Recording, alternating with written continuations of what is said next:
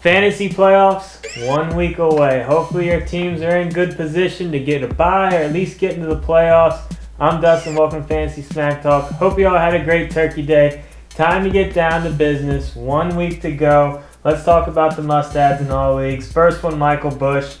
It's simple here. He's a must-add until we find out what's wrong with Forte as far as if he's going to miss any time or not. We know Bush can handle the load if he needs to, so you got to add him just until we find out the deal with Forte. Hopefully we'll know tomorrow before we got to put waivers in, but we will see. Next, Sean Moreno.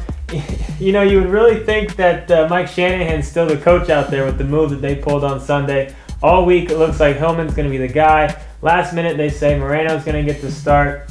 You know, tough luck for all the people that already had Hillman in their lineup, but as of now, Moreno's the guy to own. Had a decent game. Coaching staff said that they liked the way he looked. He should be the guy to own from here on out, only on 20% of leagues. Another guy that's a must-add in all leagues is Bryce Brown, only on 20% of leagues. From what it sounded like, McCoy is recovering slowly from his concussion. Eagles don't have a ton to play for right now, so I don't know if they're going to rush McCoy back. So far during the game Monday night, Browns looked pretty good, so he could have some value down the stretch. And once McCoy is cleared, he probably will come back and play. I doubt the Eagles will completely shut him down, but concussions can be a little weird sometimes. Who knows if he'll get cleared this year, so he could get shut down. So Bryce Brown, must-add in all leagues. Some receivers that I think are must-adds. We got a lot of them right now. Denario Alexander, only on 50% of leagues. He is now the Chargers' number one option as far as fantasy goes for that with that passing game. Gates has been inconsistent. Floyd's been good, but I think Alexander has a bigger upside. I don't love his playoff matchups, but I don't hate him enough to say that he shouldn't be a must-add in all leagues, only on 50% of leagues. Next, we have the Jacksonville passing game. I never thought Chad Henne would be, the catalyst to what gets that passing game going, but Chad Henne I like as a quarterback in deeper leagues.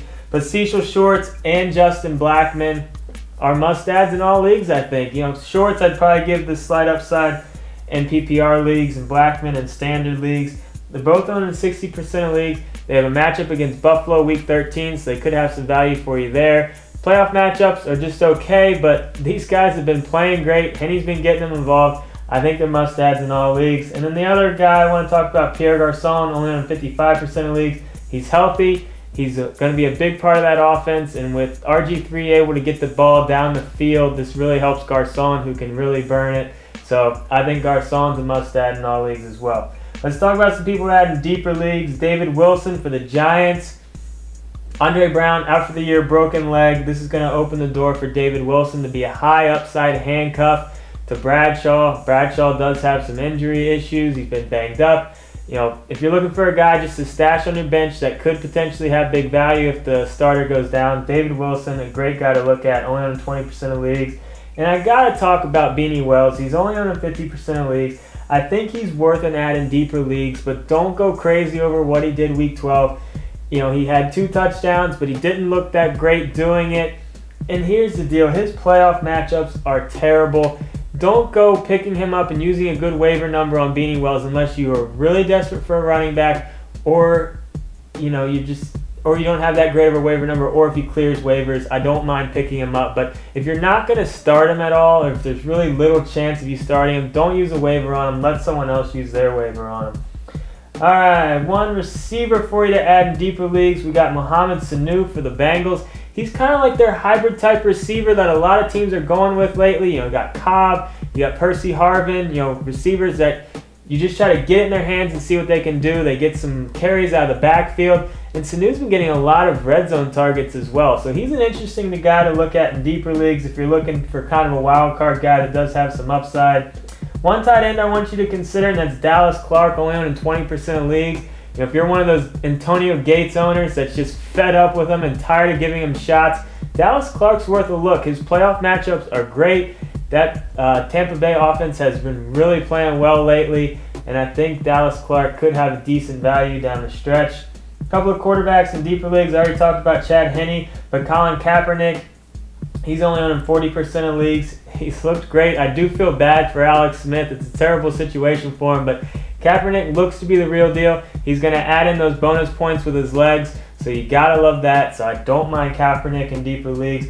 A pick up and play defense, only on 40% of leagues. You got to go with the Jets. They're going up against Arizona, who is just awful on offense. They can't get anything going with their quarterback situation. Their offensive line is terrible. The Jets should have, a nice rebound week after getting slammed by the Patriots. So if you need a defense, pick up the Jets. And here's another thing too: if you've been saving like a number 2 or a number 3 waiver, and you're in a must-win situation, go ahead and use it if there's a person out there that's going to make your starting lineup this week and you think is going to make your team better.